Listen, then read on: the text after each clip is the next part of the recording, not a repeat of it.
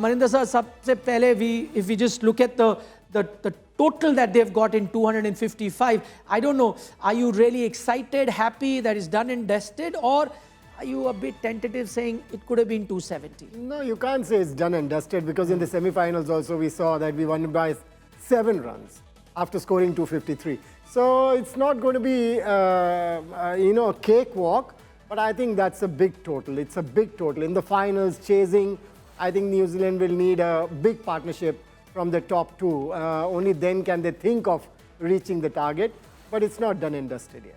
What did you make of the surface? The team that will come out to bat second, they are in with a chance? Well, they should think they are in with the chance because, it looks a lovely surface to bat on. If there's dew factor, it's not going to be very easy for the bowlers. The ball comes onto the bat very nicely, when it gets wet. So it's not going to be, life is not going to be easy for the bowlers.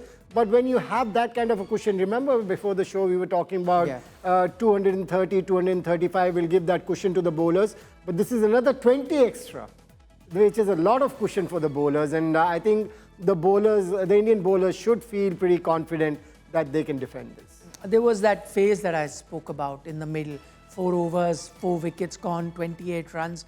The way the Indian batters were going at one point didn't seem like you will have any sort of a lull in the innings. But as it happened, those 4 overs kind of changed the balance of the team. What would you put it down to? Was it some outstanding bowling by Jimmy Neesham and the rest, or do you think India was a bit off the boil? I think that was a brilliant over from Neesham. He was wearing brilliantly, and I think New Zealand fielding has been brilliant. They took some fabulous catches as well. So, but these kind of phases do come in cricket. I mean, if they don't, then India would have gone past 300. So these kind of phases do come in cricket because they've also come to play cricket. They've also reached the finals. They must have done something nice to be here. You get a wicket or two when the batters are scoring runs so quickly. Then the fielding side, the bowlers start thinking that now we have a chance because anybody who comes in will have that pressure. They'll have to score those runs as quickly as the top 3 did. What did you make of that decision by the Indian team to send Hardik Pandya a bit higher up the order? Because you had a few other in-form batters in Tilak Verma as well as Shivam Dube, but you went with a Hardik? I would have also gone with Hardik Pandya because he's somebody who can really tonk the ball, hit the ball hard. And he's worked very hard after his, that fitness problem that he had, that back problem that he had, and he's come back very strongly. So I would have also taken a chance with him because he's somebody who can score runs quickly. Probably an off day for him. He took 13 balls to score his 18 runs. But then Shivam Dube did the job. So, we were talking about X factor before the match started. And this is what this Indian team, T20 team, is all about. There's not one, there's not two, there's about 5, 6 X factors. And we saw them on the field today. Okay, let's talk about those X factors. Let's start with an Abhishek Sharma. Firstly, brave call by the Indian team to continue with him in the final. And he's repaid that faith. Brave call and a brave innings as well. And, this is what we were talking about, that if you keep backing a player like that of his ability, that confidence does come back. I think that illness that he had, after that, it took him some time to recover, but he's a player to watch out for. And dropping him wasn't the right thing to do, and that is exactly what this Indian team didn't do. They backed him, and this is what a player like Abhishek Sharma can do, who wasn't in good form, but at the right time scored those runs for India.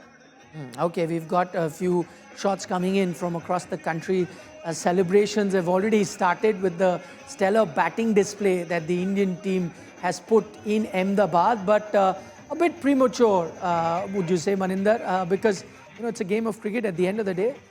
Yeah, it's a game of cricket, but I think the Indian cricket fans must be pretty confident that New Zealand coming in to chase a target of 256 is not going to be very easy for them. Not realizing that if the dew factor is there, the ball we already saw was coming onto the bat so nicely. When the ball gets wet, it's going to come even more better in the second innings when the team is chasing.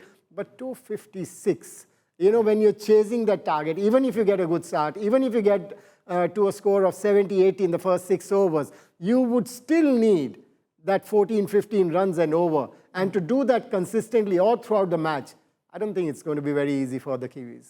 A word on Sanju Samson. If India are to win the trophy, and they are now odds-on favorite to do that after having notched up 255, is he then already the player of the tournament? Should be. Should be. And can you imagine he didn't play all the games and still become the man of the tournament? I mean, what brilliant batting and what, brilliant display. And, the best thing is when Abhishek Sharma was scoring those runs quickly, he didn't accelerate at all. He was just taking his time. And when Ishan Kishan came, that also helped with the Ishan Kishan and Abhishek Sharma, the way they batted. That helped Sanju Samson to stay there. And then he put his foot on the pedal and started scoring runs quickly. I think he's a very matured cricketer. He's got a lot of experience and he used it fully today. Okay, not too much time left before the Indian team comes out to bowl. We can already see Jasprit Bumrah warming up. Fair to say, Maninder, he's the key, huh? Jasprit Bumrah's 4 overs. Once again, could they be the decisive factor?